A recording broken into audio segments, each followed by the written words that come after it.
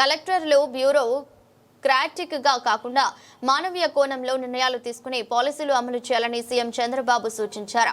5 ఏళ్లలో 25 కలెక్టర్ల కాన్ఫరెన్సులు, 125 కేబినెట్ సమావేశాలు, ఎస్ఐపిబి సమావేశాలు నిర్వహిస్తామని చెప్పారు. ప్రభుత్వం అందించే సేవలన్నిటిలోనూ సంతృప్తి స్థాయి కొలమానం అవుతుందని, ఇక బాధ్యతగా పనిచేయాల్సిన సమయం వచ్చిందని కలెక్టర్లందరూ సమర్థవంతంగా పనిచేయాలని సూచించారు.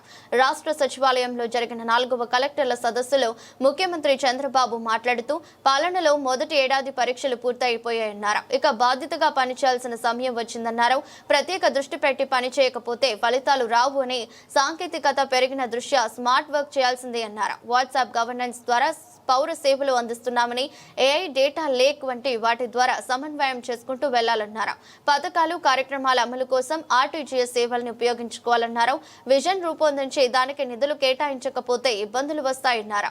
సంపద సృష్టించి ఆదాయాన్ని పెంచి సంక్షేమం అమలు చేస్తామని చెప్పామని, అదేవిధంగా సూపర్ 6 ను సక్సెస్ చేశామన్నారు. దేశంలోని అతిపెద్ద సంక్షేమ పథకం పెన్షన్లు. 64 లక్షల మంది లబ్ధిదారులకు పెన్షన్ ఇస్తున్నామని, తల్లికి వందనం ద్వారా చదువుకునే ప్రతి విద్యార్థికి ఆర్థిక సాయం చేస్తున్నామని చెప్పారు.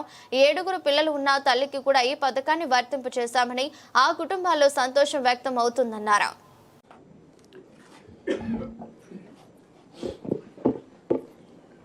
గౌరవనీయులు రెవెన్యూ శాఖ మంత్రులు అనగాన సత్యప్రసాద్ గారు, గౌరవ చీఫ్ సెక్రటరీ, సహచర మంత్రివర్గ సభ్యులు, జిల్లా కలెక్టర్లు, సీనియర్ అధికారులు అందరికీ కూడా నమస్కారాలు, అభినందనలు, శుభాభినందనలు.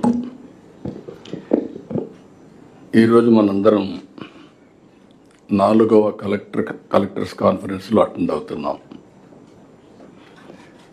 అదే సమయంలో ఇప్పటికి మీరు చూస్తే 15 నెలలు పూర్తి చేశాం కొత్త గవర్నమెంట్ వచ్చిన తర్వాత. మీరందరూ కొంతమంది నిన్న మొన్న చూశాను, మీ రికార్డ్స్ అన్ని యంగ్స్టర్స్వి.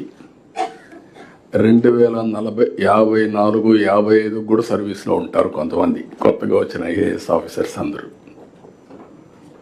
నేను ఐఎమ్ థింకింగ్ 2047 అంటే ఆ తర్వాత కూడా ఆలోచిస్తున్నాం, ఒక ఎకో సిస్టమ్ క్రియేట్ చేయాలి. ఇండియా నెంబర్ 1 కావాలి. ప్రధానమంత్రి నరేంద్ర మోడీ గారు వచ్చిన తర్వాత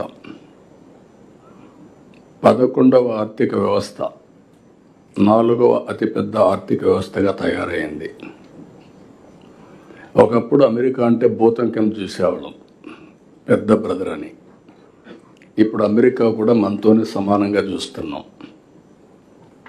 ఇచ్చిపుచ్చుకునే ధోరణికి వచ్చాం.